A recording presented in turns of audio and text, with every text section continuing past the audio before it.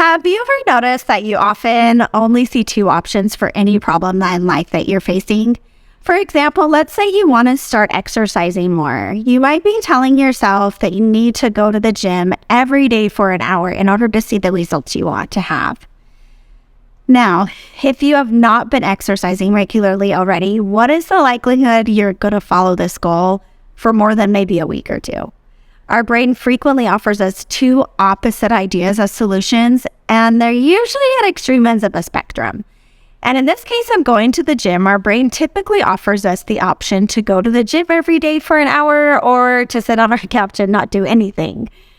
Now, we convince ourselves if we don't make a drastic change, we won't see any results or make any progress. And so we implement this drastic change, which is extremely difficult to maintain because it's so different from what we're used to. And then we realize it isn't something we want to continue doing. So we quit and go back to no exercise at all because this is what we know how to do and it's easier. This seems pretty ridiculous, doesn't it?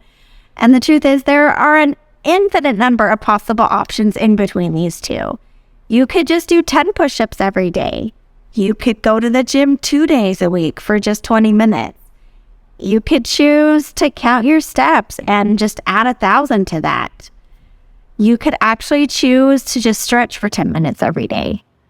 The truth is, the smaller and more simple the goal you have set for yourself, your brain is going to try to tell you that it isn't enough and it won't make a difference to only do something small every day.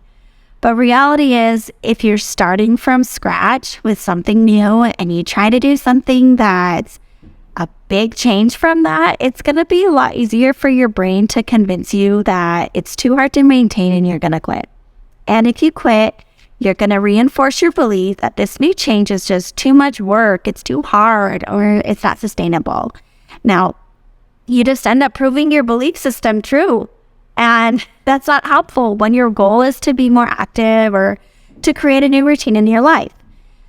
So I am not saying that you cannot set a difficult goal for yourself and achieve it. You can do absolutely anything you decide you can. Our brains are incredibly amazing. And if you are willing to be the boss of your brain when it gives you excuses for why you don't need to get up early to go to the gym when you already committed to, you can absolutely do it.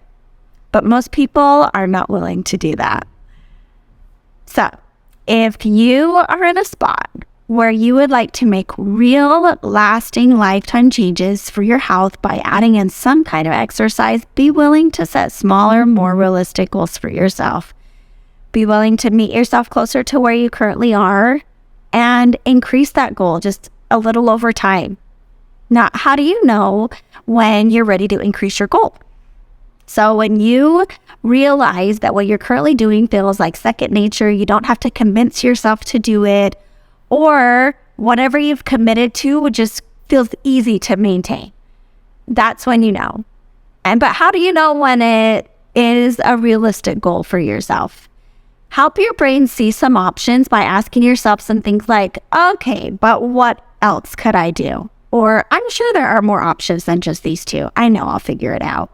Or just get really curious about what your true reasoning is behind wanting to start working out or setting whatever goal you want to do.